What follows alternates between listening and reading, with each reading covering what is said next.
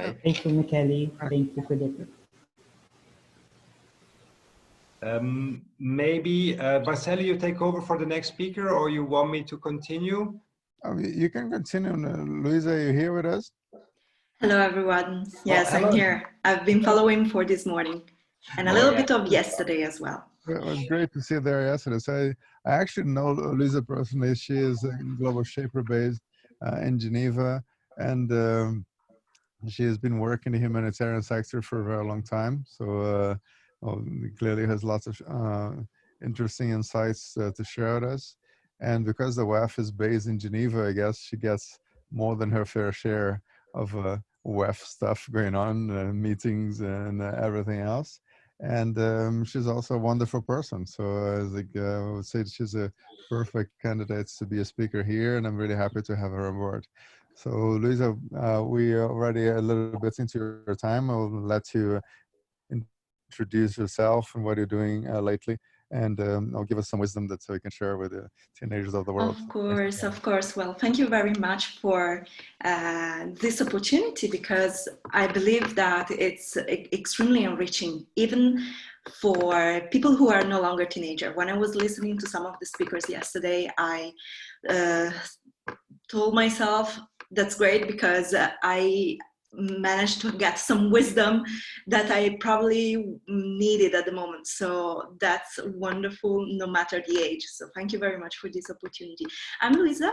I was born in Treviso, roughly 20 minutes from Venice, Italy. So I am a European, and always managed to find ways to grow professionally and personally around this part of the world. But I also had opportunity to had short trip in China, and my inner motivator, inner driver was not just the curiosity, but also the challenge of going out and discovering what's out there.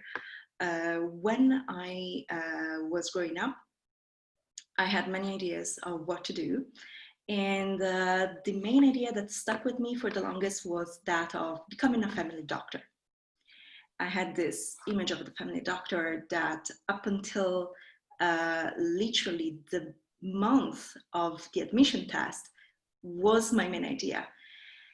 But then, plot twist, I decided to enroll into the School of Political Science and Economy, and graduate in international human rights law.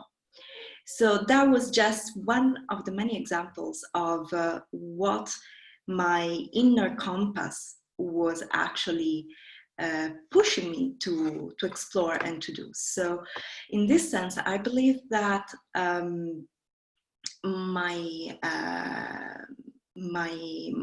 kind of personal experience and my advice will be very, very controversial in this sense, because when I was listening earlier, other speakers talking about take the opportunity, say yes, do this, do that. Actually, my experience showed me that what made me grow the most was every single time I decided to intentionally say no. But stay with me. don't be worried. Stay with me. Along these years, I had different career paths, different jobs. I started with the ideal of graduating and becoming a family doctor. Eventually, I was drawn to human rights, and so I graduated to human rights. But even then, I was always expected to continue and follow through with a career in the diplomatic corps, so Italian diplomacy. I didn't do that, and that was very disappointing for a lot of people.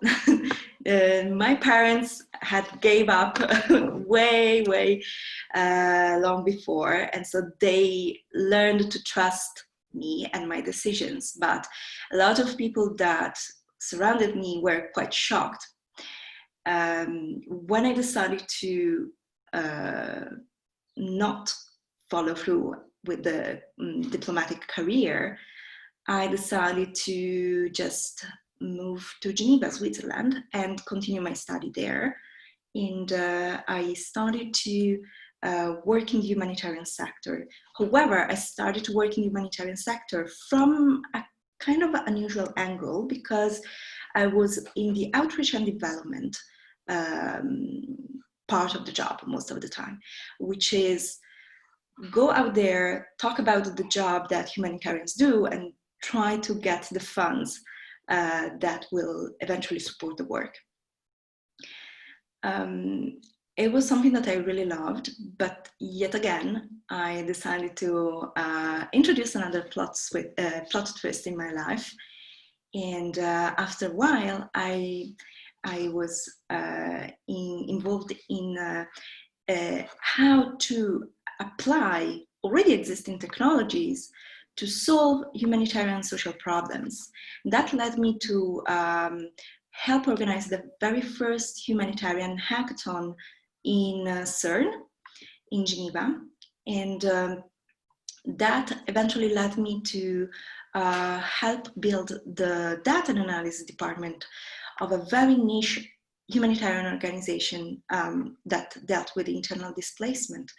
And so, yet again, I was doing something that was completely different and very, very, very unheard of in my career.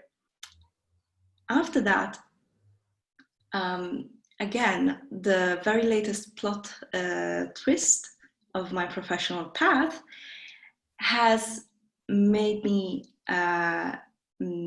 decide to move away from that office job to dedicate my full time to talent development, career transitions, and culture of the workplace.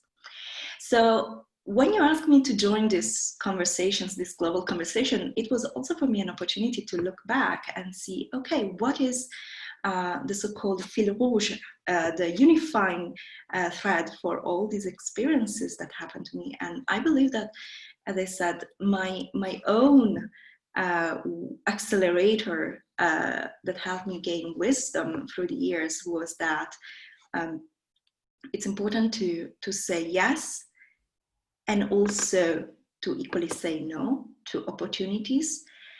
And the thing that really helped me guide and navigate these different lives, I would say, was that I decided to leave not randomly, but every single time that I realized my learning curve was going flat for too long.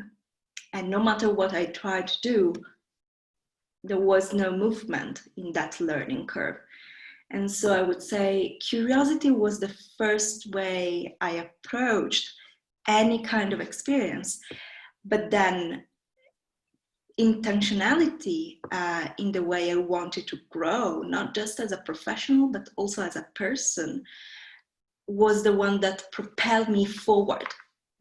And so I'm just smiling because I have memories of so many times that I was offered incredible opportunities, but they didn't resonate with what I wanted to learn then at that point in time.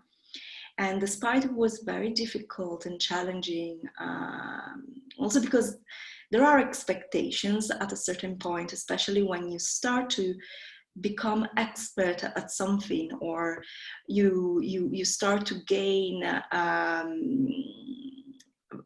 really high quality of work, and maybe you are also a talented individual, people start to create expectations around you, around your work, around your future, who you are, what you are doing. And so I like to disrupt them. I like to disrupt expectations and just follow my learning path and my learning curve. Bottom line, I realized that my true why was always that of helping people. Doctor, and then humanitarian, human rights, humanitarian, and now as a professional expert in the workplace. And so I don't know what's gonna be next, but I can see that so far I am literally following the heartbeat of my why, that is helping people. And one thing that I really want to share with all these wonderful global teenagers that are listening to these conversations that we're having is that follow the heartbeat of your why and learn to say no when it's the time, but also be your own vision board. Your own vision board is way more important once you live it than when you just put all the images on that piece of frame, you know, the vision board, the typical vision board. So that's my suggestion.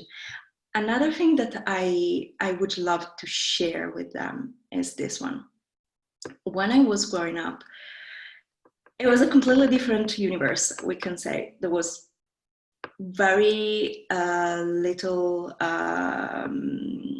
accessibility to certain type of information. The systems were kind of outdated already at the time. And there was no Instagram, there was no WhatsApp. So it really pushed the person who wanted to know and to learn. Now with all these opportunities, sometimes we might feel that, oh, it's too much, it's overwhelming. And so I just want to share with you this very easy template that once I learned it, I said, if only I had this, you know, tool before, I would have made completely different choices probably, but also I would have taken way less time in realizing what I wanted to do. So I'm going to share the screen with you. And this is actually the jackpot for me. It's a so-called personal skills matrix, and I didn't create that, but it was Kevin Keane who basically readjusted, rehoned it for popular consumption, let's say that. And basically what you can see here is two axes. The horizontal axis is the level of skill that you have at doing something. The vertical axis is the level of energy. Something that I realized was that for a very long time, I was doing tasks that were in the strenuous gift area. That is something that I was exceptionally talented at, but something that was also taking all my energy out. And this is actually a very common trap, especially for individuals who are extremely talented, usually say yes to everything and everybody, and they just want to do their work well. So my ultimate suggestion is, guys, once you start to say yes, also listen to your own level of energy. Is it something that is taking the energy out of you? But you continue to do it because everybody's telling you that you're doing it so well and you are such an incredible, I don't know, talented individual. Just hit stop, hit pause button, go to this personal skills matrix and try to figure out if you are using one of your strengths, gifts, one of your talents, but at the same time that is taking the energy out of you. I believe that in our future lives, our future years, we are going to have multi-staged lives. Before, it was a three-stage life. You got your education, you got your professional active years of life, and then you retired. No. That model is over. We are already discovering that our future years will be multi-stage lives. We will have periods of learning followed by periods of professional commitment and other intervals of learnings, and so on and so on and so on. We are already projected to live way beyond 100 years. Those who were born around 2007, projections show that they are roughly expected to live between 105 and 117 years. Sorry, you have a question? No? Okay, I was hearing something on the background. Anyways, I'm more than happy to answer any kind of questions that you have and to continue the conversation. So my advice is really understand when to say no, listen to your why, follow your why, and then just go for it. I have a question. Yes. Know when to say, like, don't say yes to everything, and it's okay to say no sometimes. When is it okay to say no, and sometimes when you have to say yes, definitely? Mm-hmm. Yes, that's very excellent question. When it is okay to say no, when you realize that you are no longer growing in that role, in that relation, in that environment, when you start to continue, when you continue to receive asks and your plate is already full, you already have a lot to take care of, to follow with, that's another moment to say no. For me, as I said, another moment to say no is when I realize that my learning curve is not going anywhere. Like, I'm there, I'm not moving. So there is no growth. Another moment that is okay to say no, I believe, is that when it's not aligned with your own values. When there is an incredible opportunities, everybody's pushing you to take it, but you feel that it's not you in any ways possible. That's another very valid way, or very valid circumstance when you should consider saying no. Does that answer your question? What if your learning curve is stagnant, but you're Yes. still So when my learning curve is stagnant, like you're still happy, so you're fine with like that job. Do you think it's like okay to stay, or do you think like if like we're like not learning anything, then we should like change? But so let me understand if I got it right. My audio is a little bit choppy. So when my learning curve is stagnant, but I'm happy with the job, is that the case?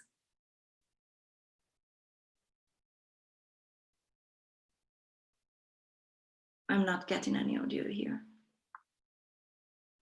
So let's assume that you're stagnant, you're not learning anything, but there are some other concurrent circumstances. Maybe you have a great team, maybe you have a great work environment. Consider the options at that point. That means that you have time to gather information and prepare for your next move. You're not forced to leave a job or leave a situation because there is no urgency in that case. I would say that it's really important to leave as soon as possible once your well-being is compromised. Once you start to feel an incoming burnout, once you start to feel that you are not, you're not well, you're not happy, when you feel that there is too much that you are giving and nothing that comes back at you. So those are other circumstances that I would say can be point of reference for you, because there's nothing that you can do if you have bad health. Like you can't do what you want to do, what you are expected to do, and what you are meant to do if your well-being is compromised. So first of all, well-being, and second of all, making your next move. Okay, thank you. I hope that answered the question. I was getting some choppy audio.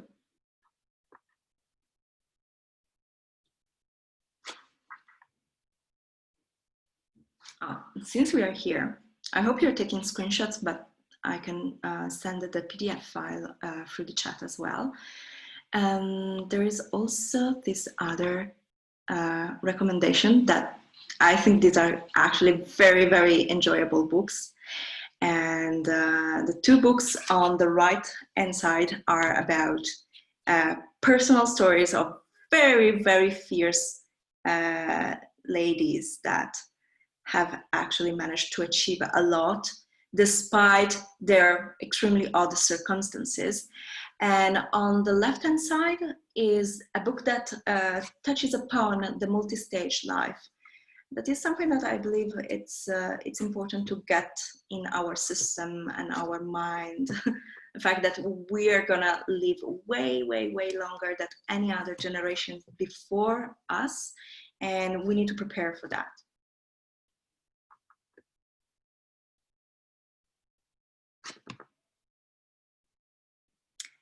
So let me do that. I'm just gonna stop sharing, and I will just send everybody the PDFs, if that's okay with you. That's great. I don't know if PDFs can be sent, but please try. I'll fix it otherwise. Okay.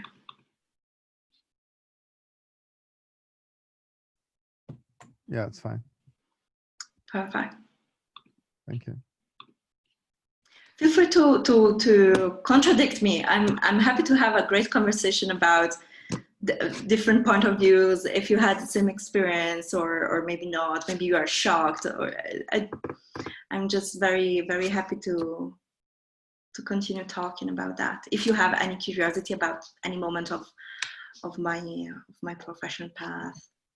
Well, you see, the idea with the NEO way, and not only because of the pandemic, having to do it online and learning how to do it with the same level of impact that I have in Davos and with the other live events we're planning. But NEO is supposed to be watched or listened to, like the whole point of me telling people to avoid slides so that they can be turned into a podcast. And it's great that you're sending the PDF, because you can have the podcast plus the PDF, and it's a really nice combination. I like teenagers in Bangladesh and in Papua New Guinea to be able to listen to this with very, very little bandwidth to increase their options. And you're privileged and blessed with this wealth of options, being based in Geneva, having a European passport, and the rest of the world is not, right? So Yes. maybe you could share with us a little bit what are the possibilities for say people in the Philippines and Myanmar that your previous speakers had to get a job at an international Geneva, right? So all the complications of needing a visa and so on. So what are the resources that people living in developing countries today could use to try to apply for those amazing jobs and have those opportunities as well? Yes, absolutely. When I moved to Geneva, I was coming from a privileged country compared to many other countries in the world. Italy, I had an European passport. Still, I didn't have a permit to continue to stay in Geneva, and so there was any kind of any kind of means that I had to find a way to stay longer and longer and longer. So what I would say is, first of all, understand what are the international organizations and the international NGOs that are linked to the Fair Internship Initiative, because they are committed to pay a stipend to their interns, and that can alleviate, for instance, the cost of travel from very far away to Switzerland and to stay in Geneva, which is an extremely expensive city. Other ways would be to look for all scholarships. There are so many scholarships that I remember were devoted specifically to regions of the world that were extra-European, so MENA regions, ASEAN countries. The international service for NGOs is working specifically with, yes, I just want to get the name right. International SOS could be, I don't have the link here, International Service Geneva, but International Service for Human Rights, ISHR, there it is. Mm-hmm. For instance, they specifically support human rights defenders. They work in the strengthening the law systems, and they have an exceptional attention for interns that are coming from non-European, non-privileged context. I'm gonna share the link here now that I have it. Just a second. There you go. This could really change. Yes, Inekis, thank you so much. That one. Yeah, that one. Yes, yes, exactly. So I would say scholarships. The other one was the Fair Internship Initiative, Geneva. The Fair Internship Initiative. There you go. Copy. And then also for I would say the easiest way to come to Geneva and Switzerland and stay here is actually to come with school. So take a year abroad. I came here with an Erasmus. That was my entry point, the bridge between my academic studies in Italy and my future in Switzerland was the Erasmus scholarship, like many others. Rotary is also offering not just scholarships, but they also have extra kind of funds that can be moved according to the needs. What else? The universities usually have a student service that help prospective potential students and intern to come and have an opportunity at the international organizations. But for me personally, it would also be use the platforms that are already there. Use LinkedIn, connect with LinkedIn, start to engage in the conversations online already, so that your profile is already visible. We have a digital footprint that is incredibly important.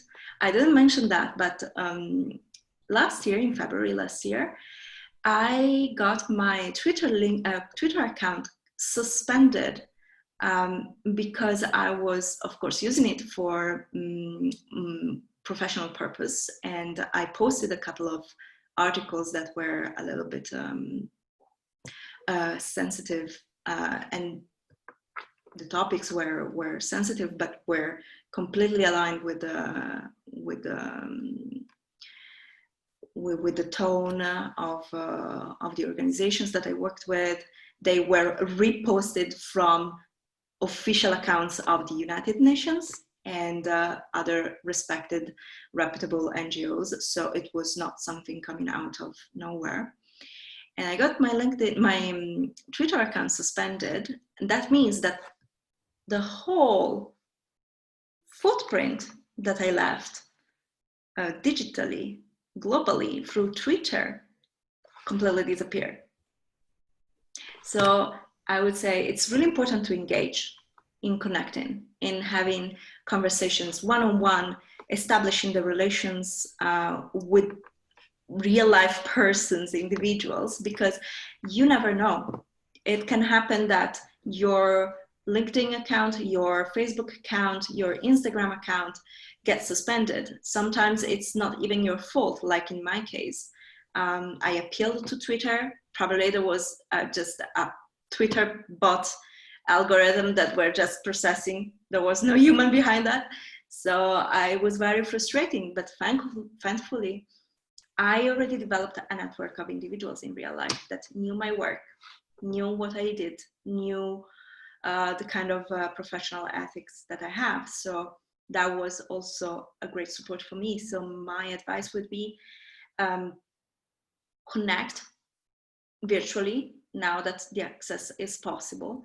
Try to connect virtually, try to connect person to person, and one after the other. Ask the right question. Don't be afraid to ask, because most of the time people might not have time to answer you in that specific moment, but maybe they have time in a couple of days, or maybe the week after. So what I see is also a lack of follow-up. So in that sense, I would say use this platform that I've just shared with you, and from there, snowball effect, go and start to connect with people that work there, and then ask them to connect you with other people that work there, and ask the right question. I mean, ask the questions that you need to ask. Like you just asked me, what are some ways to come to Geneva and to work in the organizations? I would say these ones. Yeah. Do they have to be in Geneva? Because it's actually very remotely. yeah. So what's the point of So yeah, it's actually very interesting, because I was briefly following in the past weeks the internal associations that were promoting internships in the office, exactly because they believe that great part of the added value of coming to Switzerland, coming to work for the international organizations, is to be exposed to the variety of people that work in the office. When you are an intern, imagine at the beginning of your professional path, your professional network is still very limited. You have a lot of ideas, but not if you're a member. Not if you're part of New Way, exactly. But that's exactly one of the few initiatives that will be essential to bridge this problem, because what the Interns Association was bringing to the surface was this incredible, how we can say, disadvantage of an intern working remotely, connecting just with his supervisor and maybe a couple of other person, and that's it. And they said, this is not the real added value of an internship at the United Nations if you have to talk to just 3 people. And so they were saying, please, please, please don't give up the internships in real life.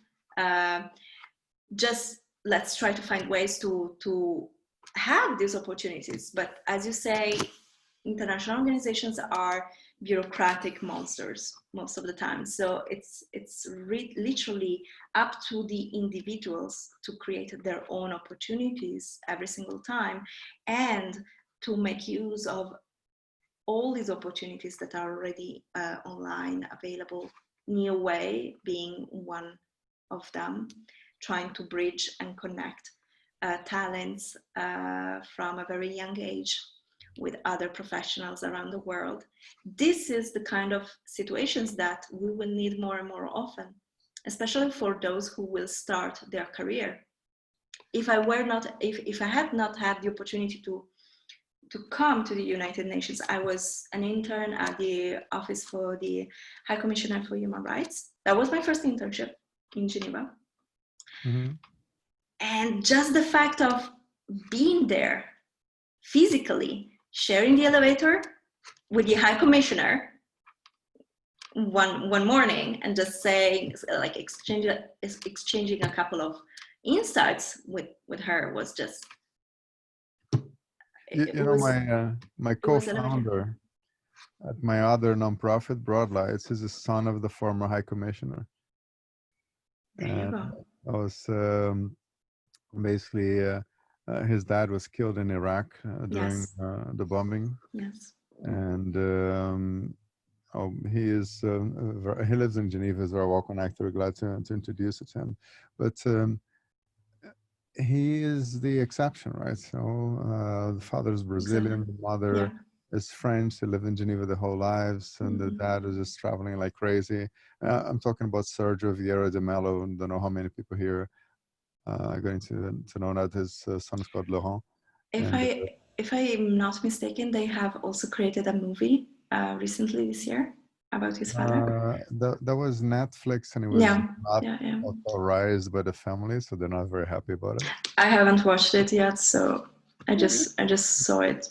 It's kind of it's an okay movie, but the family is not happy because obviously private topic. But shifting back into internship opportunities, my daughter, when she was 15, was offered this opportunity. In fact, the opportunity just sort of landed in front of her by Giovanni Porcellana, who was a speaker at the very first NEOA. And I know you two know each other. In fact, you're both Italian, so I guess it's hard not to. And Geneva Hub, Giovanni. So basically what happens is that she lives in Denmark with the mom. I'm based in Switzerland.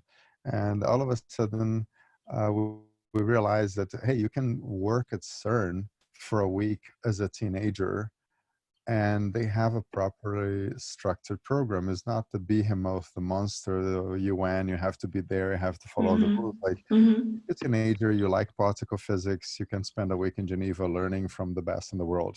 What's not to like? And it so happened that exactly the same week when she had a school break and she could do the internship, I was at the United Nations at an UNCTAD conference called the Science and Technology for Development. I had to book a hotel room anyway. So literally, she had this opportunity of a lifetime working as a 15-year-old at CERN, and it was free. I only had to pay for her food because I had to get a hotel room anyway, and I was in Geneva anyway. And you know the story of Wei, and the thing with what happened with her and CERN is one of the motivations behind it and all that. So let's have a real life example. So one of our speakers from Brunei, right? So Siameh is al-Fadli. He's a global shaper from the Brunei Dar es Salaam hub. Let's say he works in tourism, and you have the World Tourism Organization in Madrid. Well, what would prevent him from applying to have a position where he is the virtual assistant manager of whatever the World Trade Organization, the World Tourism Organization, they're both WTO, have to get done, right? Let's say there's this massive emergency because of the pandemic, what are you going to be doing, the 5-year plan of recovery and how to get people to safely go through airports. And I had yesterday the talk from Zamna, the founder doing blockchain solutions for airports. So how could Siame, for instance, literally get an online job from his home in Brunei Darussalam, but he's working for the World Travel Organization? Well, from your perspective, what would prevent the powers in Madrid from accepting qualified help from the other side of the world and not really seeing distance as a problem, but rather as a benefit, especially because of the World Travel Organization? They should be more flexible when it comes to travel and working from home, right? So what is your opinion on that? Many organizations that have similar missions should be more flexible, but in fact they are just extremely conservative, extremely structured and traditional. I would say that there are some practical constraints at many levels. It could be due to the contract, it could be due to insurances, but a lot of them is also fear of trying, I would say. Fear of saying yes to something that is unknown, fear of experimenting, which is kind of silly because there is no innovation without diversity. There is no innovation without experimenting. So I would say that it's up to us also to make this leap of faith a little bit easier for those organizations, maybe by soliciting them with some not just advice, but proposing some plan. I don't know. If I had, for instance, followed an online course, say on social media management, I followed an online course on social media management, and I noticed that they lack an etiquette, I would just create something and send them as a proof of the kind of work that I can do, and that could be an easier way for them to say yes. So I would just say, make it easy for them to say yes, because you want to distinguish and differentiate yourself from your competition. So we could help by creating a template, right? So if Siame, sorry Siame, I mention your name all the time because you live in a very unique place and it's quite isolated in the world, but he could, for instance, write a paper, like a 5-page document saying, I have identified a World Travel Organization issue. This is my position. I have validated that with professors in Kuala Lumpur and in Jakarta. They agree with me, and I'd like to offer my services to support the organization in solving this problem. So do you think that they would be receptive to this?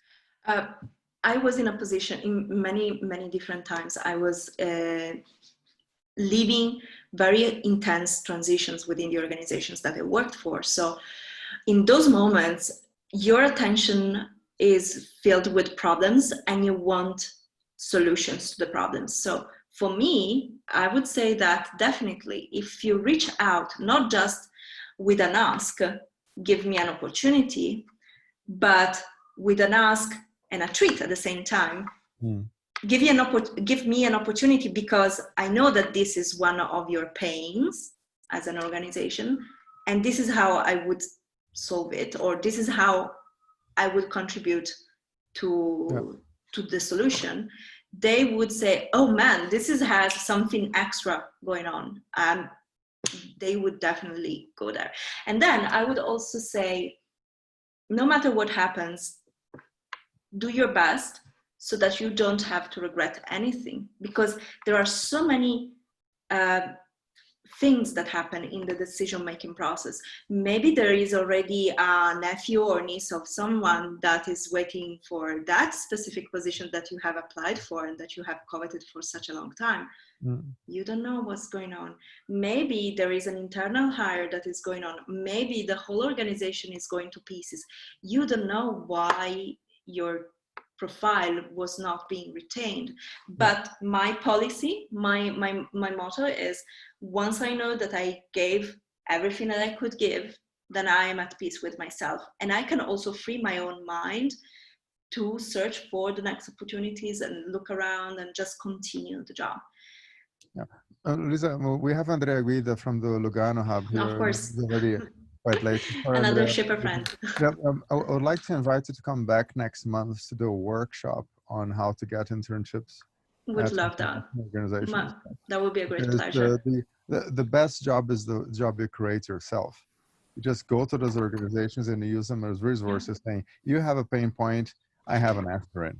And you would like to have an aspirin. And that you make this proposal, maybe the organization is going to say, well, we have rules and regulations, but you impressed us so much. We're going to be introducing you to a smaller organization that's more flexible. Exactly. It's almost like you're having an ambassador with for a job. Exactly. The most importantly is try to be of service, try to offer solutions, not just point at the problem, and make yourself, your profile memorable. Yeah, no, fantastic. So we really hope you can join us next month. Let's do this. With pleasure. Right?